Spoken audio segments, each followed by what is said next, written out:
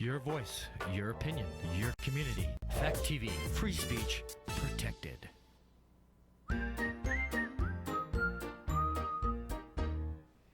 Would you ever perform an exorcism? No. Would you ever want to be there while one's being performed? Hell no. What about if a bunch of people acted out one and they recorded it? Watch a movie of it? Yeah. Now we're talking.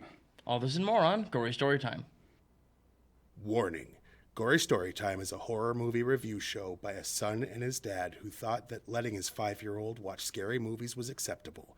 If you are offended by horror or talk about blood and gore by a child, or if you don't want horror movies from the 60s through today spoiled, then there is a remote stuck in your couch cushion next to potato chip crumbs. Use it. And of course, parental discretion is advised. Why? You didn't use any. Shut up and start the show.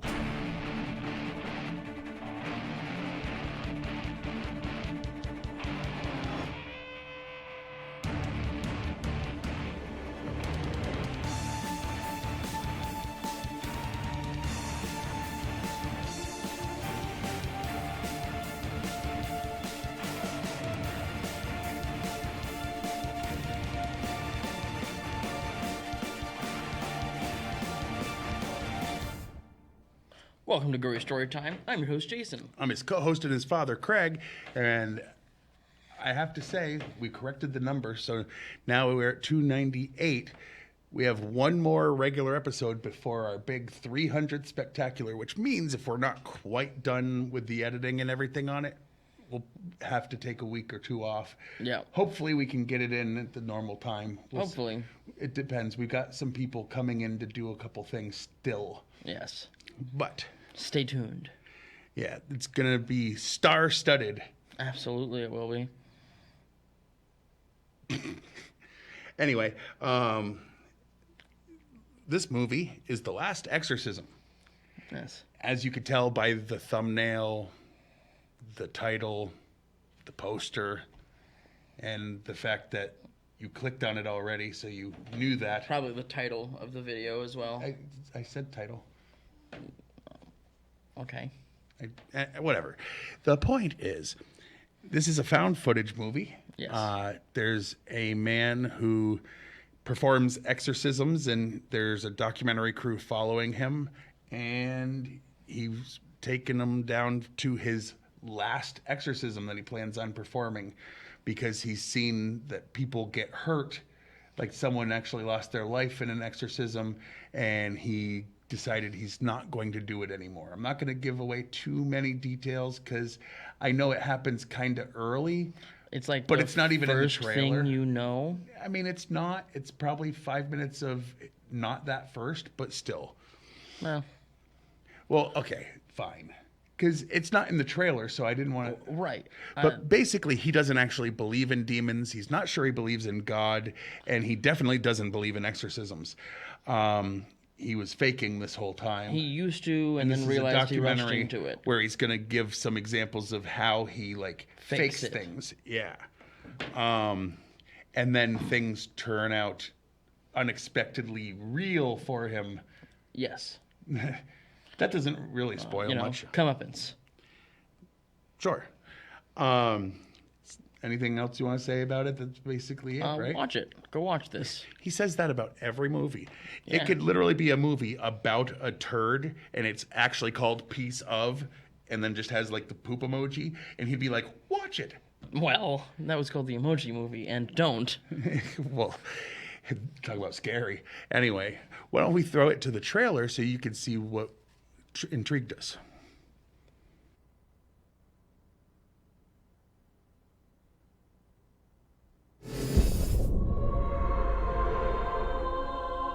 Exorcism is alive and well. The Bible is filled with demons. If you believe in God, you have to believe in the devil. We're looking for the Sweetser farm. You want to make a U-turn, and then I want you to go back where you came from. Jeez, go! Seems like the end of the road.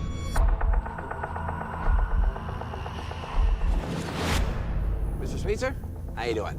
Cotton Marcus. My wife died 2 years ago. It was quite a shock for Nell. Were you very close? She was my best friend. Somehow, the devil got in her.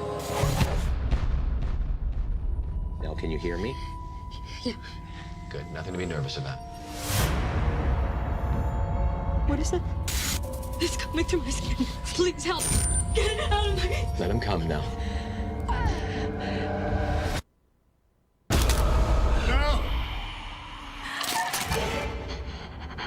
Where is Nell?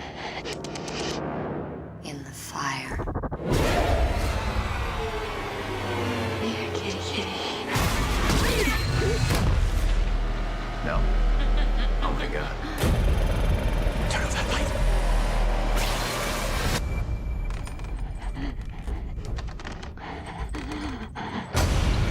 Let's get out of here. If you can't save my daughter's soul, I will. Leave this girl. If I beseech our Lord, you may be healed and down wild for the devil. In the name of Jesus Christ, I command thee to be gone!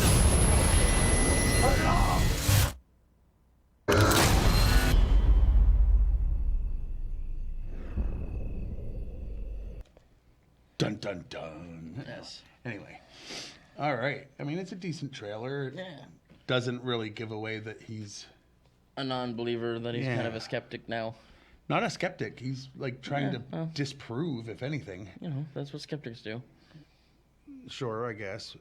Anywho, anything we should still say before we get into the behind the scenes and the commercials and all the... No. There's nothing there, right? No. Yeah, no. All right. Well, then what I'm going to do is explain why we've been doing this for 298 episodes. More if you count the 4 that we didn't number that you did with your mom. Was it only 4? Thought it was 5. Was it 5? Yeah. No, I think you did the last one as 1 review. Oh. Yeah. When Didn't know that. he did all of the Twilight movies, and I protested each episode. Anyway, what we really do this for is the fat stacks of cash that we get for advertising for actual, known companies that Huge, exist. awesome, big. And want us to promote their items because we have such a large following. This week, Gory Story Time is brought to you by the next generation of found footage movies, Real Footage. REEL footage. Everybody knows that found footage movies are losing popularity. Why is that? It's overdone. It's all similar. We recognize some of the actors because they stopped using unknowns, which is kind of important for those. Not to mention, we know it's all fake. Not with real footage. We use only actual footage people recorded of their own crimes. Now, that should up the tension. Knowing that anything you see actually happened, you know? You might wonder who would film these awful crimes. Well, a quick Google search shows thousands of morons. Yeah. I mean, it's true. Real footage coming soon from GST Films. And also... And by Scared Abstinent. The weekend... Scared what? Abstinent. Abstinence. Okay. Or scared abstinent. Yeah, okay. Yeah, you said it right. Never mind. I know, it's not. Scared abstinent. Yes, that's correct. Never mind. Just keep reading. And by Scared Abstinent. The weekend retreat that will keep your children from me. Well, that's a different thing. Whoa. All right. The weekend retreat that will keep your children away from premarital sex. Send your young teens to our campus, where they will be shown hours upon hours of information on STDs, and even better, at night they will watch movies that show the evils of pregnancy with our Demon Baby movie marathon.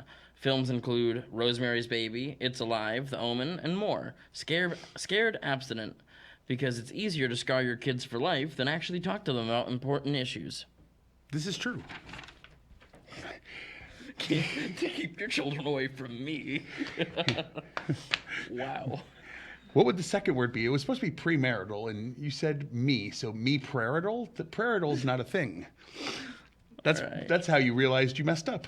Yeah. Because you couldn't swap the beginning and make another real word. Nope, it wasn't real. All right, now it's time to get into the meat and beef of the show, as Jason likes to call it. Or as I like to call it, the meat and beef of the show. Yeah. In case you haven't heard a million times, it's because... Potatoes are bad for you. He meant to say meat and potatoes, and he screwed up, and now we're low carb, so we just kept it. I'll go first. Go ahead. Ashley Bell spent over a month researching her role, including the study of several manias.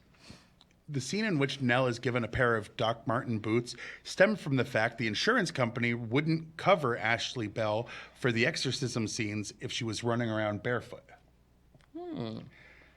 Ashley Bell did all the bends and contortions of her body on her own. No special effects were used because she has hypermobility and exaggerated increased mobility or loose joints more flexible than ordinary.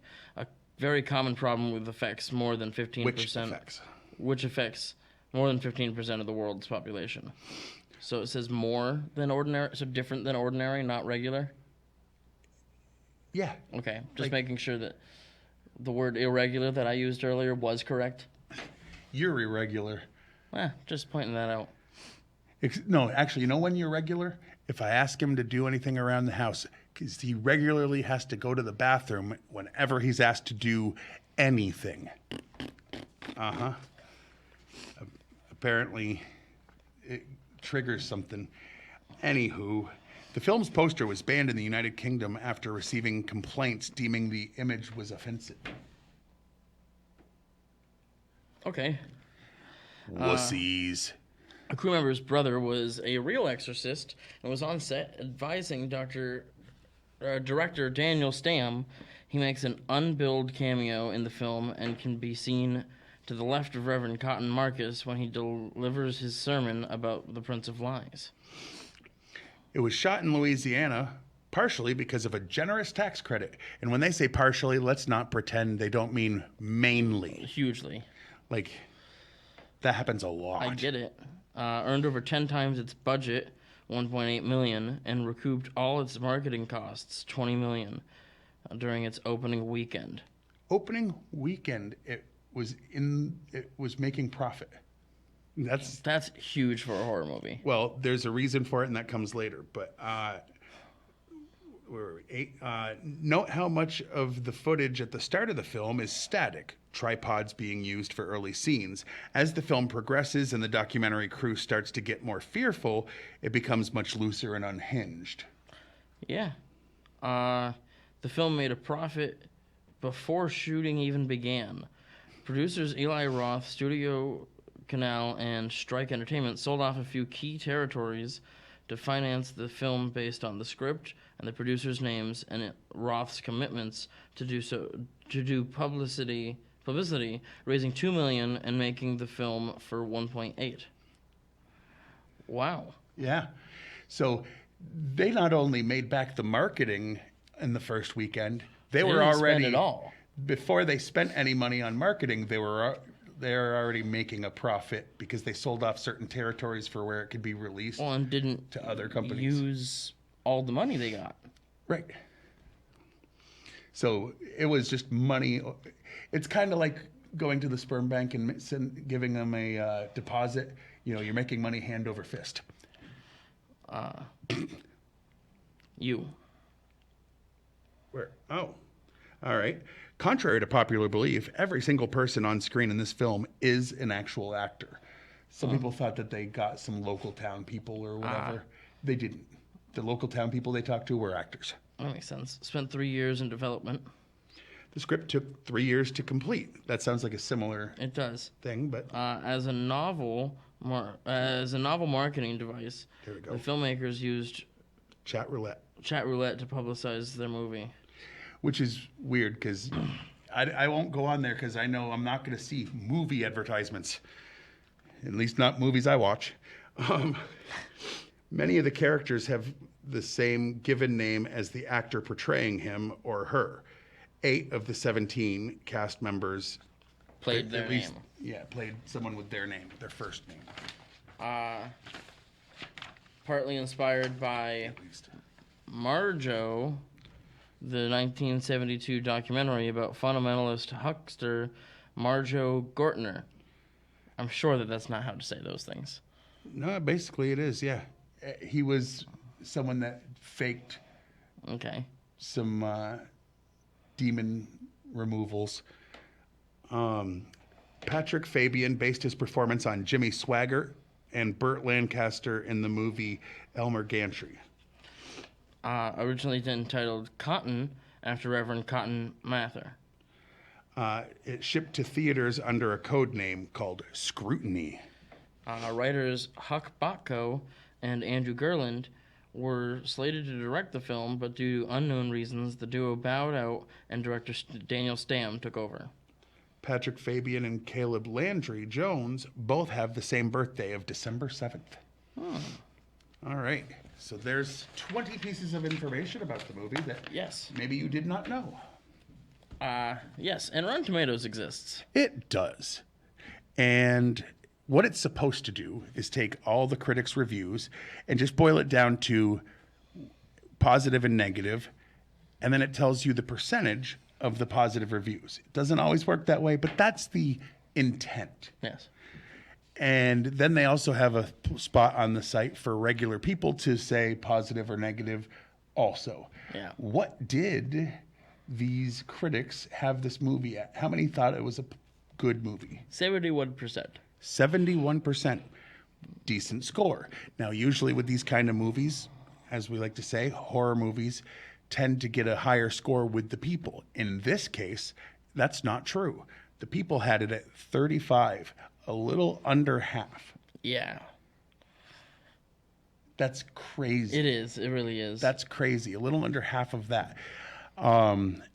I happen to think it was way better than that. But, you know, I'm not one of the people they ask, and I'm definitely not one of the critics they ask. No. What would you... We're going to just get into it, right? Yeah. Since I know you really like this movie, what was your least favorite part of this movie? Probably because it was so short, actually. Because by the time I was done watching it, it felt like there should have been more. I feel like it was like only 90 minutes. Mm-hmm. And sure, that's not like a short movie. But when I'm used to, you know, superhero blockbuster after superhero blockbuster, it's like, give me at least 2.5 before a movie's over. Yeah, but a lot of movies like this wouldn't hold your attention this long because of the type it is. To be fair, it felt like right at the end, things were rushed it. Picking up, and it's like, now it's for the third act, and then it was over instead. Well, I will say, my least favorite part, it's not exactly that, your complaint. It felt like there was more things that I must have missed. I watched it. He had watched it with his wife. They both said how great it was, so I went to watch his DVD out in the other room, and I have to be honest, when the ending happened, I was like, okay, that was cool, but I was missing something. So I went back and I watched it a second time, and it turns out I hadn't missed a damn thing. They just... See, what you're really missing here is a third time. No. I could point out the things that you missed. Not really.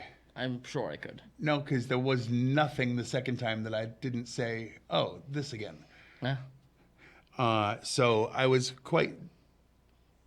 I know you said that they try to answer some questions, but not enough in the second one. No. But we'll do that when we review the second one eventually. Yeah, it just felt like I must have missed stuff, and it turns out, no, it just was never put in there. Yeah. But it really felt like I must have. Yeah. What was your favorite part? The special effects, probably, just overall. I mean, when they did use CG, it was a little bit, and it looked great.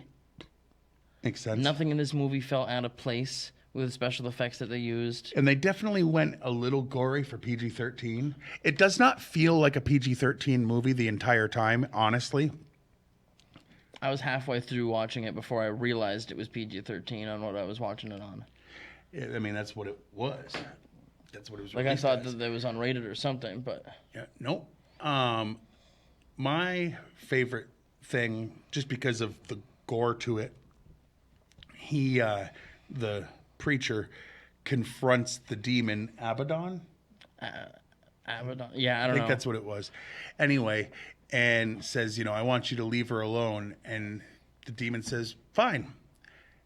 You keep your mouth shut for 10 seconds. I'll leave her alone. He agrees and immediately starts counting off 10 seconds by snapping her fingers, not all the way off, but definitely like snapping the bones, just 1, 2.